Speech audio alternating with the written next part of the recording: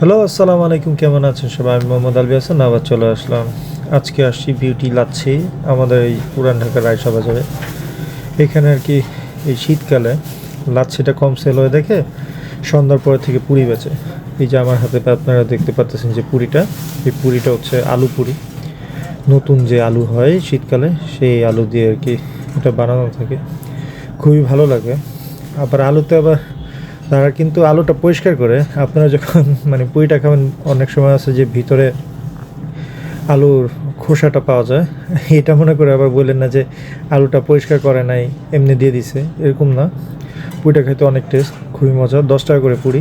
সেটার সাথে মানে একটা দেয় আর কি, চাটনি দেয়। চাটনিটা হচ্ছে মরিচ এবং তেঁতুল দিয়ে একটা পানির মতো, একটা সসের মতো থাকে, খেতে খুবই স্বাদ। মানে আমি তো খেলাম, আমার কাছে খুবই ভালো লাগছে। আপনারা যদি এই পুরান ঢাকা রায়শা বাজার এই জনসন রোডে আসেন, আপনারা এখানে আসবেন, বিউটি লাচ্ছিতে পুরি খেয়ে যান। 10 টাকা করে তো মজা, খুবই মজা। মানে রেটিং, এই পুরীর তো রেটিং হয় না।